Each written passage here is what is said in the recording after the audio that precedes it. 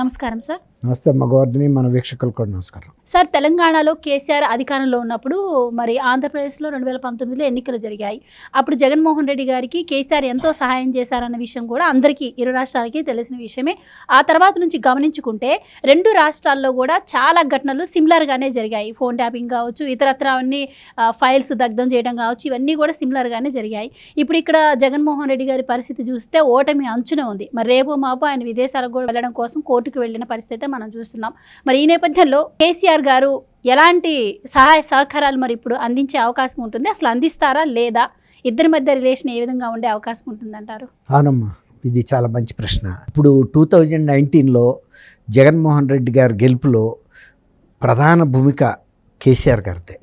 ఎందుకంటే ఆయన తను విజయానికి కన్నా కూడా ఎక్కువ కష్టపడ్డాడు. ఆంధ్రప్రదేశ్లో చంద్రబాబు నాయుడు గారిని ఓడించాలి, జగన్మోహన్ రెడ్డి గారిని పీఠం మీద కూర్చోబెట్టాలి అని. ఎందుకంటే ఆయనకి చంద్రబాబు నాయుడు గారి మీద వ్యతిరేకత ఈయన మీద అంత సఖ్యతను పెంచింది, ప్రేమను పెంచింది. ఎందుకంటే ఆయన తెలంగాణలో పోటీ చేయటం అనేది, తర్వాత తెలంగాణలో తెలుగుదేశానికి బాగా వేళ్ళూనుకున్న పార్టీ, ఎప్పుడైనా ఇక్కడ తిరిగి ప్రవేశం చేయగలదో అనే ఒక భయం ఆయనలో ఉంది, అభద్రతా భావం ఉంది. కాబట్టి అసలు స్వరాష్ట్రంలోనే కనుక చంద్రబాబు నాయుడు గారిని ఓడిస్తే తెలంగాణలో ఎప్పుడు కూడా చిగురు పెట్టదు తెలుగుదేశం అనే పార్టీ అని, దీని మీద ఆయన అంత గట్టి నిర్ణయం తీసుకుని వైఎస్ఆర్సీపీకి అవుట్ అండ్ అవుట్ మద్దతు ఇచ్చాడు. ఒక రకంగా చెప్పాలంటే అల్లావుద్దీన్ అద్భుత దీపం లాంటి దీపాన్ని ఆయనకి ఇచ్చేసాడు.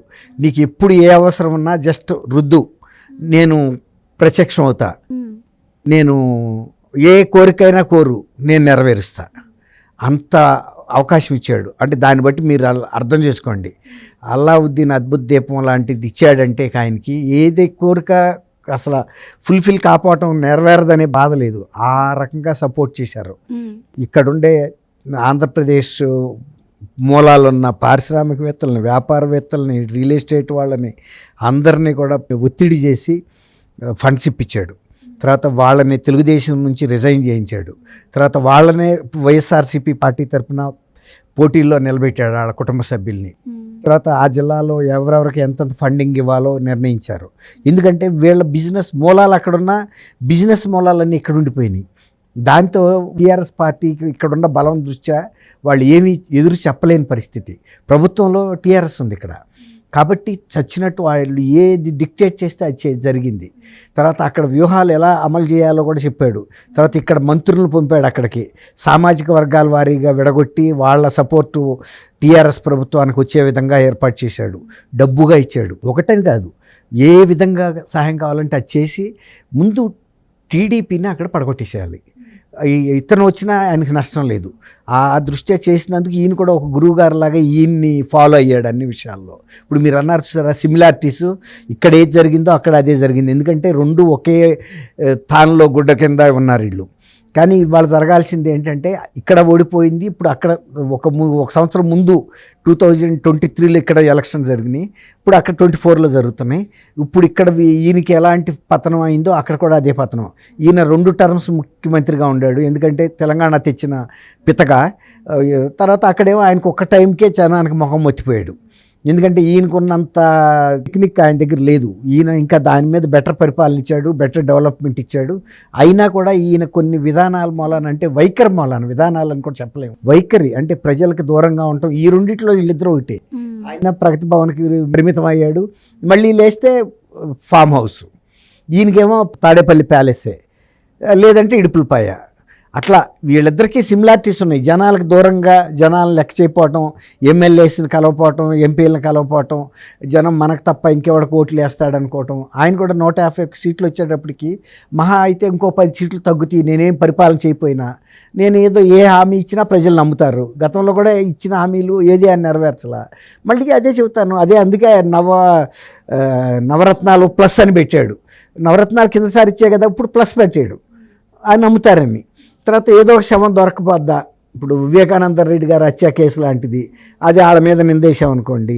ఈ ముత్యాల ముగ్గులో సినిమాలో కూడా ఇట్టాగే ఉంటుంది ఒకటి. అప్పుడు మీరు చిన్నప్పుడు, మీరు పుట్టలేదు అప్పటికి, మేము డిగ్రీల్లో పట్టినప్పుడు వచ్చింది. రావు గోపాలరావు అందులో విలన్ అనమాట. అతను ఏం చేస్తాడంటే ఒకరిని చంపించి వాడి మేనమామ పక్కలో పడుకోబెట్టమని చెబుతాడు. ఆ శవాన్ని తీసుకెళ్ళి ఆ అసిస్టెంట్ అడుగుతాడు, మరి ఆడికి వీడికి గిట్టదుగా అంటే, ఆ గిట్టదు కాబట్టి ఆడి పక్కలో పడుకోబెట్టేసేయి, తొంగబెట్టేసేయి, వాళ్ళు చూసుకుంటారు, మనం వెళ్ళి పలకరించి వద్దాం అన్నాడు. అట్లా ఉంటుంది ఈ వ్యవహారం.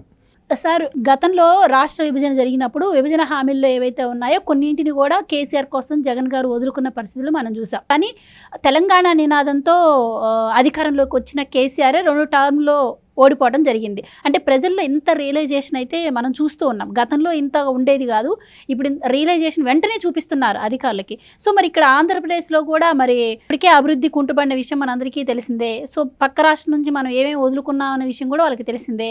మరి ఈయనకైతే ఇంకా 2వ ఛాన్స్ కూడా ఇచ్చే అవకాశం ఉన్నట్టయితే కనిపించట్లేదు ఆంధ్రప్రదేశ్లో. మరి ఈ నేపథ్యంలో ఎలా ఉండబోతుంది అంటారు? ఇంకా అధికారం కోల్పోయినట్టే అంటారా జగన్మోహన్ రెడ్డి గారు? అది ఆయనకు కూడా తెలుసమ్మా, జగన్మోహన్ రెడ్డి గారికి కూడా తెలుసు. ఇప్పుడు ఇంకోటమ్మా, మీరు అన్నట్టు అప్పుడు ఈ ఉమ్మడి రాష్ట్రంలో ఉన్న ఆస్తులు కొన్ని హైదరాబాద్లో, తర్వాత 5,000 కోట్ల రూపాయల విద్యుత్ బాకీలు కూడా ఆంధ్రప్రదేశ్కి ఉన్నాయి. ఇక్కడ ఉండే ఆఫీసులకు సంబంధించిన భాగాన్ని కూడా ఈయన వదిలేశాడు. అంటే వీళ్ళు ఎట్లా అంటే, అది ప్రజల సొమ్ము కదా, నాకేం అవసరం, నాకు కేసీఆర్తో బ్లెస్సింగ్స్ ఉంటే చాలు, కేసీఆర్ నన్ను పదవిలోకి ఎక్కించాడు కాబట్టి నేను కేసీఆర్కి విశ్వసనీయంగా, ఆయనకి బృత్యుడిగా ఉంటే సరిపోద్ది అనుకున్నాడు. కానీ ఒక ముఖ్యమంత్రి, సాటి ముఖ్యమంత్రిగా ఆయన ఎప్పుడు ఫీల్ అవ్వాల. అందుకే కదా అన్ని వదిలేశాడు కాబట్టి ఇంటికి ఆహ్వానించి పెద్ద స్వాగతం పలికాడు కదా ఆయనకి. ఆ స్వాగతంతో అన్నీ సరిపెట్టేశాడు. నాయన నువ్వు వదిలేసినాటికి నేను కప్పిన శాలువాకి బరాబర్ అని అంటే సరిపోయింది, ఇంకా మీకు ఇచ్చేది ఏమీ లేదు. ఆ డిన్నర్ ఇచ్చాడు, ఆ డిన్నర్ తిని వెళ్ళిపోండి అని, అంతే.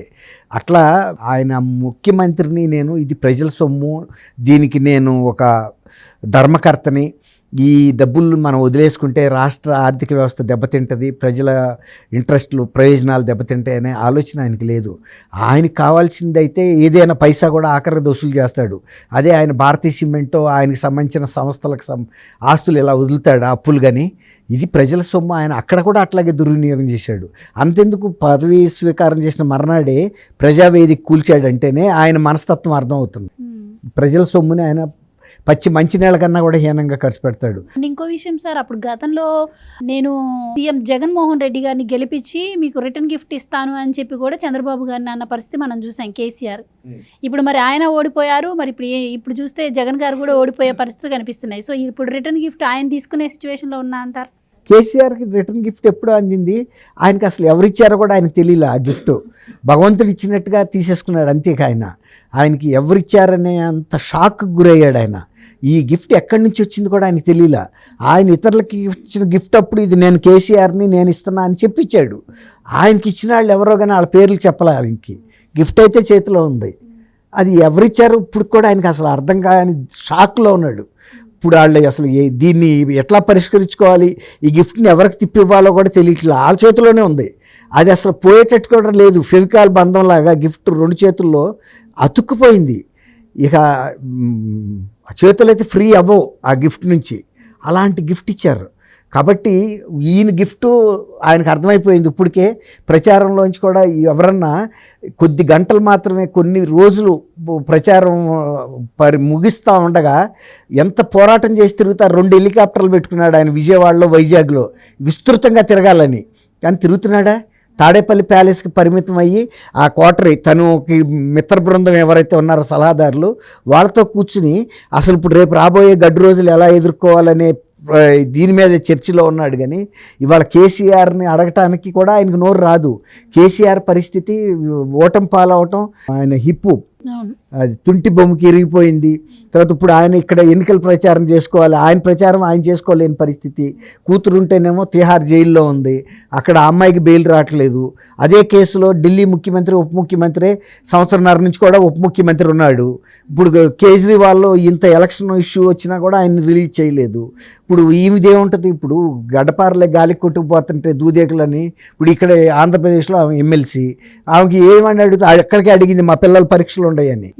అడిగితే కూడా పిల్లల పరీక్షలు ఉంటే కూడా వాళ్ళు ఏమి వినలా. అసలు ఒకళ్ళు ఏంటంటే, ఆయన సిసోడియా మిస్సెస్కి చాలా తీవ్రమైన అనారోగ్యం ఉంది. అయినా బెయిల్ రావట్లా. ఈ పిల్లల పరీక్షలు ఉండదని చెప్తే కూడా జడ్జీలు నవ్వుకుంటారు కదా, నువ్వు పిల్లల పరీక్షలు ఉండదని ఈ సారా వ్యాపారాల్లో కుంభకోణాల్లో ఎందుకు దిగావని.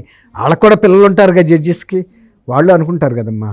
అట్లా ఇవాళ ఈయన పరిస్థితి తీవ్రమైన ఇదిలో ఉన్నాడు. కాబట్టి కేసీఆర్ గారు ఈయనకి సహాయం చేయలేడు, కనీసం సలహా కూడా చెప్పలేని స్థితిలో ఉన్నాడు. కేసీఆర్ కన్నా కూడా క్రషింగ్ డిఫీట్ ఎదుర్కోబోతున్నాడు, తీవ్రమైన ఓటమిని. కాబట్టి ఇక ఆయన అసలు విదేశాలకు, ఇందాక మీరు అడిగినట్టు కోర్టులో పిటిషన్ పెట్టుకున్నాడంటే అనుమతి కోసం. సో అయితే విదేశాలకు వెళ్తే తిరిగి రావాల్సిన అవసరం కూడా లేదు. ఆయనకి బోల్డ్ ఆస్తులు ఉన్నాయి, ఎక్కడ పడితే అక్కడ ప్యాలెస్లు ఉన్నాయి, ఐలాండ్లు కొన్నాడు అంటున్నారు. కాబట్టి ఇక ఆంధ్రప్రదేశ్ ప్రజలే ఆలోచించుకోవాలి. ఇక ఇప్పుడు విక్రమ సంపాదనని ఏదైనా రాష్ట్రానికి కేంద్రం ఏమైనా ఇప్పించగలుగుతుందా అనేది. మోడీ గారు అన్నాడు కాబట్టి ఏమన్నా మరి ఇది సీజ్ చేసి ఆ ప్రాపర్టీని ప్రజల ట్రెజరీలో వేస్తారా అనేది. Right sir, thank you. Thank you అమ్మా గవర్నమెంట్.